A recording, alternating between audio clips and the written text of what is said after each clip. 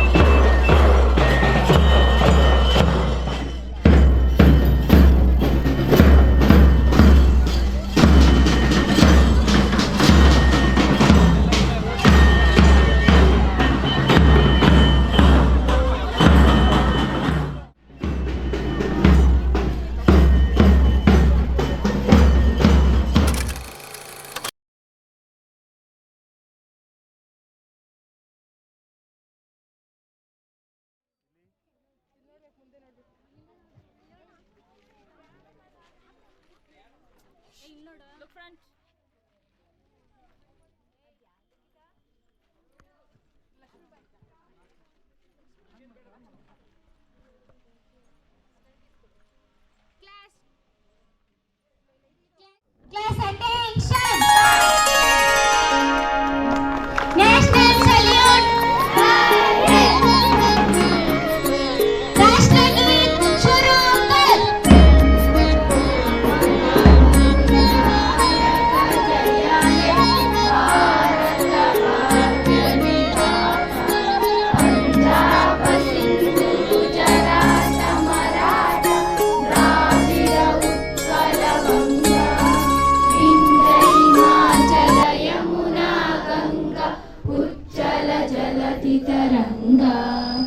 तव शुभ नामे जागे, तव शुभ आशीष मागे, गाहे तव जय गाथा, जनगण मंगलदायक जय हे भारत भाग्य विधाता. जय हे जय हे जय हे जय जय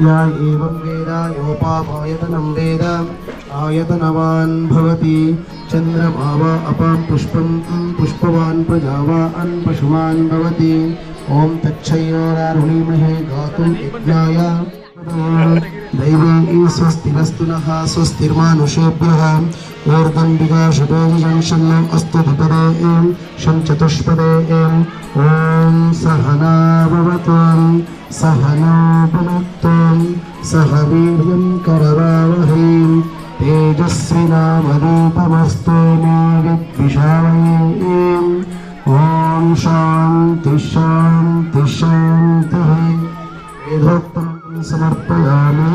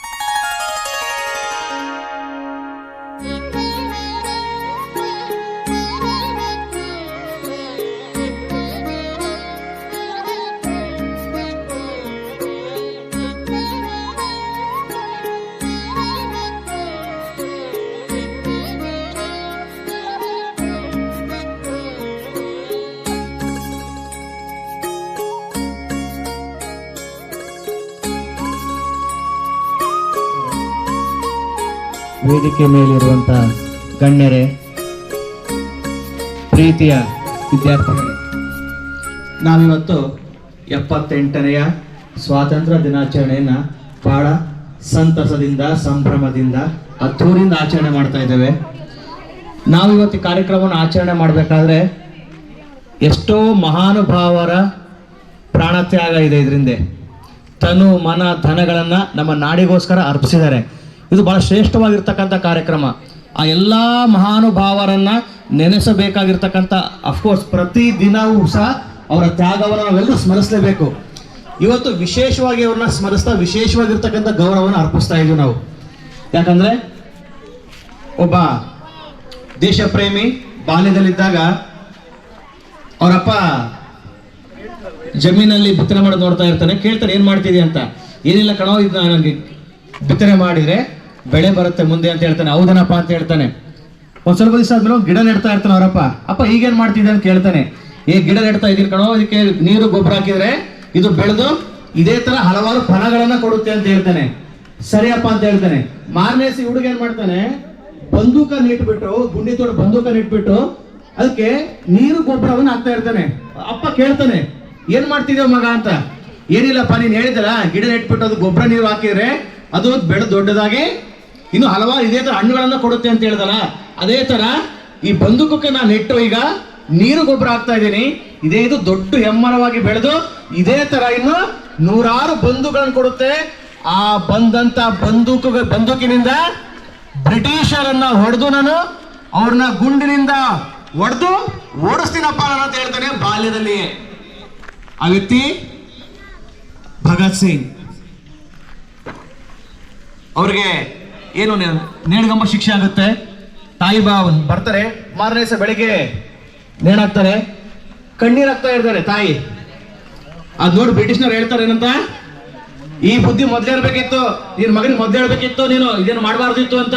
ಇವಾಗ ಕಣ್ಣೀರಕ್ಕೆ ಏನ್ ಬಂತು ಅಂತಾನೆ ಬ್ರಿಟಿಷ್ನವರು.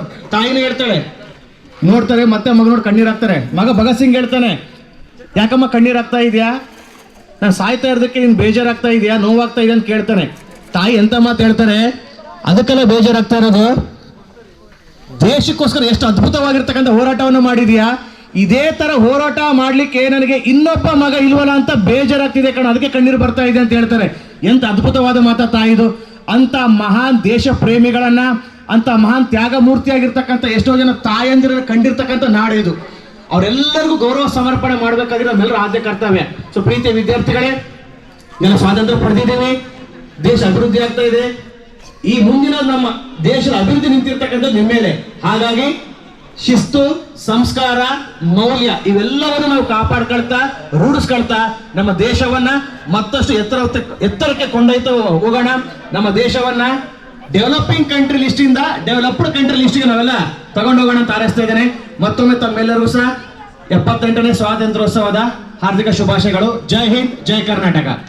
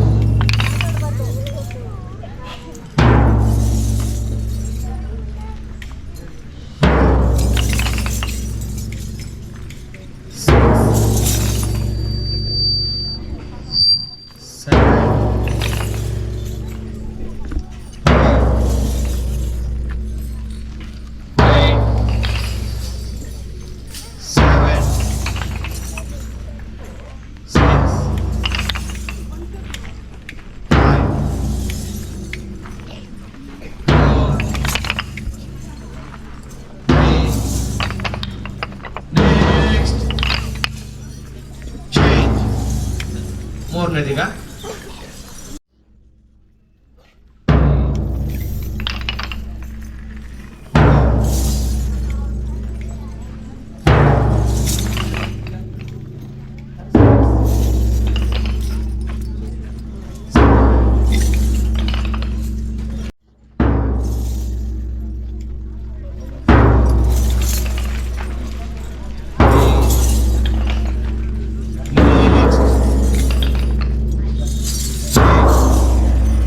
ನಾಲ್ಕನೇದು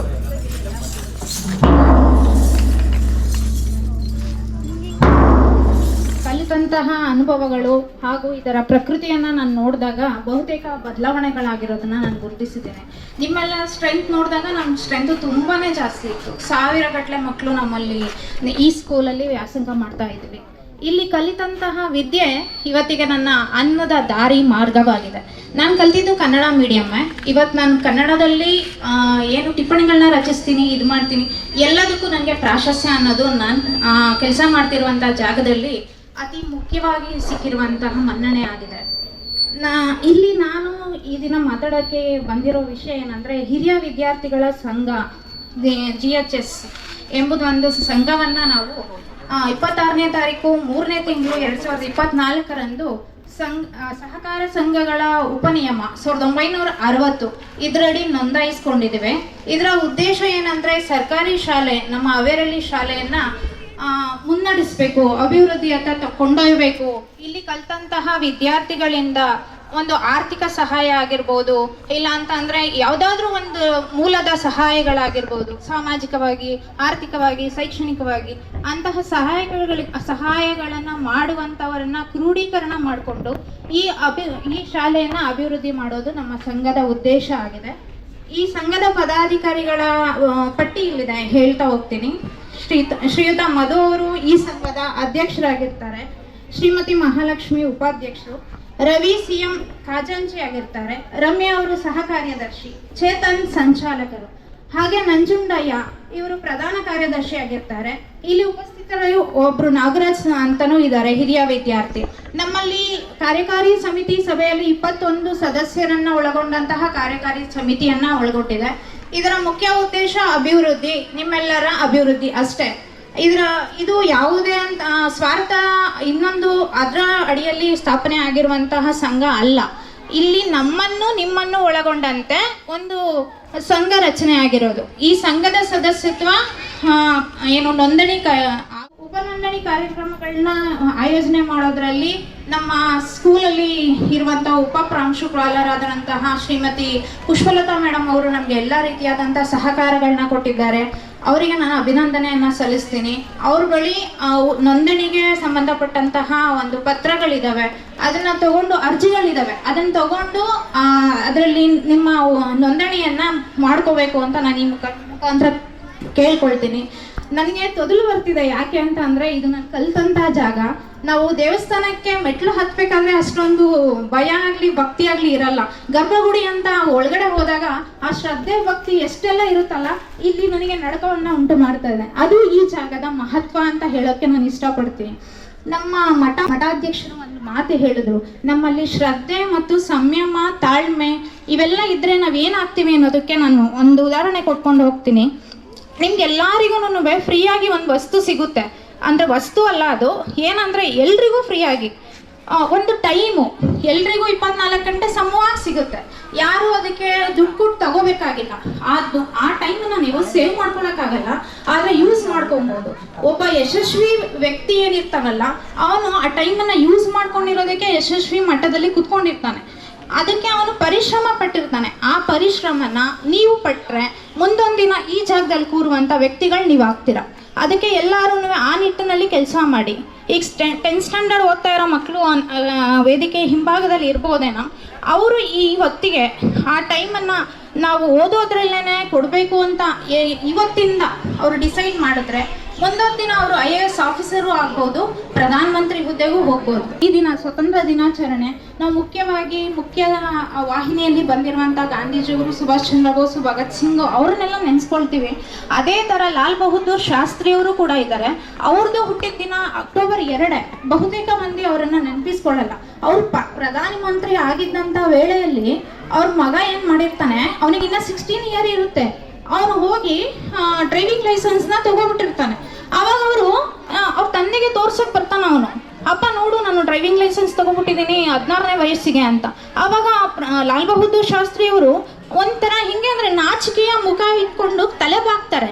ಯಾಕೆ ಅಂತ ಅಂದರೆ ಪ್ರಧಾನಮಂತ್ರಿ ಆದಂಥ ನನ್ನ ಮನೆಯಲ್ಲೇ ಈ ಥರ ಒಂದು ಇಲ್ಲೀಗಲ್ ಆಕ್ಟಿವಿಟೀಸ್ ನಡೀತಲ್ಲ, ಇದನ್ನು ನಾನು ತಡೆಯೋಕ್ಕಾಗಿಲ್ವಲ್ಲ ಅಂತ ಒಬ್ಬ ಪ್ರಧಾನಿಯ ನಮ್ಮಲ್ಲಿದ್ದಾರೆ ಅಂತ ಅನ್ನೋದನ್ನ ನಾವು ರೂಢಿಸ್ಕೊಂಡಾಗ ಮುಂದೆ ದೇಶವನ್ನು ಆಳುವಂಥ ಪ್ರಧಾನಮಂತ್ರಿ ನಿಮ್ಮಲ್ಲೂ ಒಬ್ಬರು ಆಗ್ಬೋದು.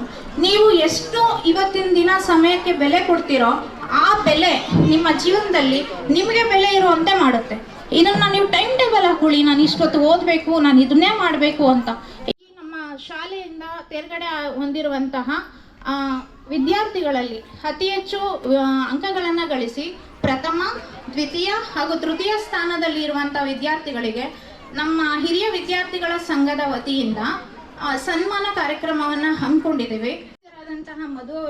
ಅಧ್ಯಕ್ಷರಾದಂತಹ ಮಧು ಅವರು, ಖಜಾಂಚಿಯಾದಂತಹ ಶ್ರೀಯುತ ರವಿ ಅವರು, ಸಹ ಕಾರ್ಯದರ್ಶಿಯಾದಂತಹ ಶ್ರೀಮತಿ ರಮ್ಯಾ, ಸಂಚಾಲಕರಾದಂಥ ಚೇತನ್ ಅವರು, ಪ್ರಧಾನ ಕಾರ್ಯದರ್ಶಿಯಾದಂಥ ನಂಜುಂಡಯ್ಯ, ಹಿರಿಯ ವಿದ್ಯಾರ್ಥಿಯಾದಂತಹ ನಾಗರಾಜ್ ಅವರು ವೇದಿಕೆ ಮೇಲೆ ಉಪಸ್ಥಿತರಿರ್ಬೇಕಂತ ಕೇಳ್ಕೊಳ್ತಾ ಇದ್ದೀನಿ.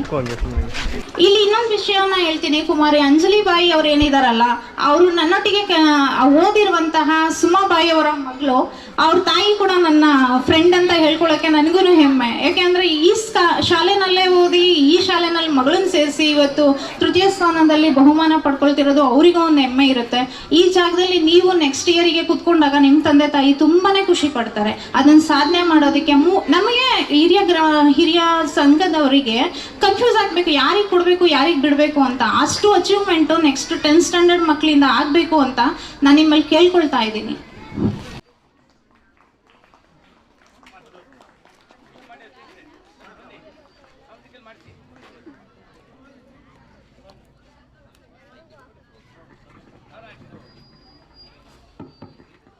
ಮಕ್ಕಳು ಚಪ್ಪಾಳೆ ತಟ್ಟುವುದರ ಮೂಲಕ ಅವರಿಗೆ ಪ್ರೋತ್ಸಾಹವನ್ನು ಕೊಡಬೇಕು ಅಂತ ಕೇಳ್ಕೊಳ್ತೀನಿ.